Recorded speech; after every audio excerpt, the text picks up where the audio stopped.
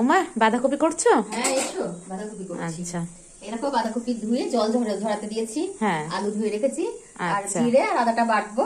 আর এরকম তেল দিচ্ছি একটু বাঁধাকপিতে।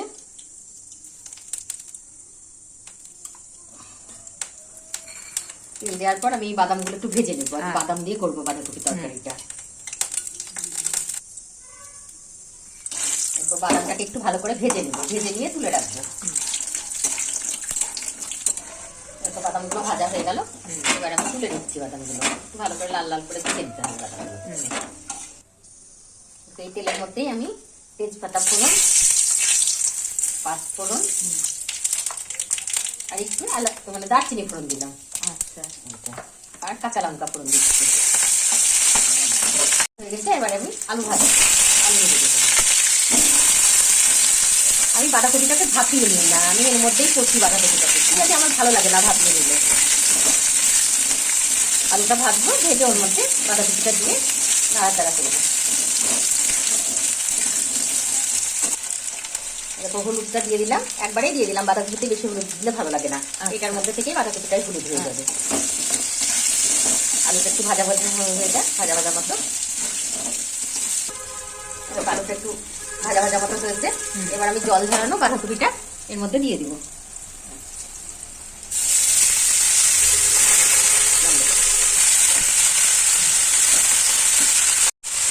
লবণটা দিয়ে দিলাম, তাহলে একটু তাড়াতাড়ি আবার সেদ্ধ হয়ে যায়। লবণ দিলে তাড়াতাড়ি সেদ্ধ হয়। হ্যাঁ, সেদ্ধ হয়। একটু ভাজা ভাজা হবে, তারপরে কষবো এবার এটাকে আমি। আচ্ছা, কষে দেখো এখানটায় জিরে আর আদাটা কেটে নেবো, আর এই টমাটোটা দেবো ওর ভেতরে।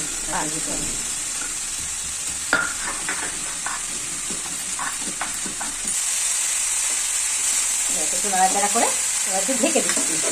আচ্ছা, দেখো মাঝে একবার আমি ঢাকা খুলে নেড়ে দিয়েছিলাম। হ্যাঁ, দেখো কেমন ভাজা ভাজা হয়ে যাচ্ছে। আর কতটা ছিল কমে কতটা হলো দেখো। এবার আমি এর মধ্যে আমি ওই টমেটো কুচিটা দিয়ে দিচ্ছি। টমেটো কুচিটা দিয়ে একটু নাড়াচাড়া করবো।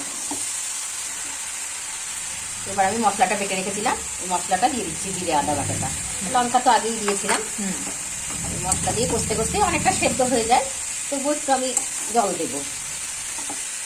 জলটা কখন দেবে? এই তো মশলাটা দিয়ে কষা হয়ে যাবে, সামান্য একটু জল দেবো। এরকম কষা হয়ে গেল, এবার একটু মশলার গন্ধ আসছে, অল্প সামান্য একটু জল ফুলকি ধরার মতো করে দিয়ে একটু ঢেকে দেবো।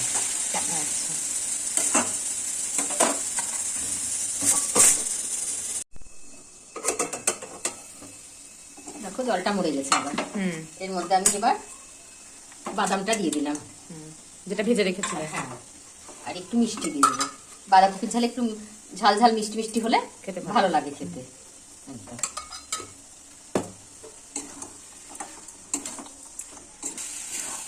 এই যে আমার বাঁধাকপি তরকারি রেডি হয়ে গেল। খাবে, খেয়ে বলবে কেমন হলো। ঠিক আছে, এর পরের দিন তুমি রান্না করবে। ঠিক আছে, শিখে গেলে আজকে। ঠিক আছে, বাহ ভালো হয়েছে।